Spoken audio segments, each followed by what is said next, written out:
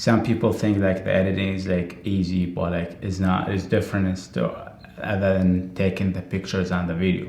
You need someone professional do the editing, and that's when the quality comes. Like if the video is not that good, the editing will do it very good. Absolutely, and a lot of it for me is timing in video editing, right? It takes a lot of time. You even just importing and uploading full files and then editing and rendering, and I'm sure you know all of the things that go into it. It just takes time and syncing with the music, the audio, the levels, the lighting, right? And then making it fit what we want, and then adding in, text or subtitles or messages, whatever we want to showcase. It just takes time.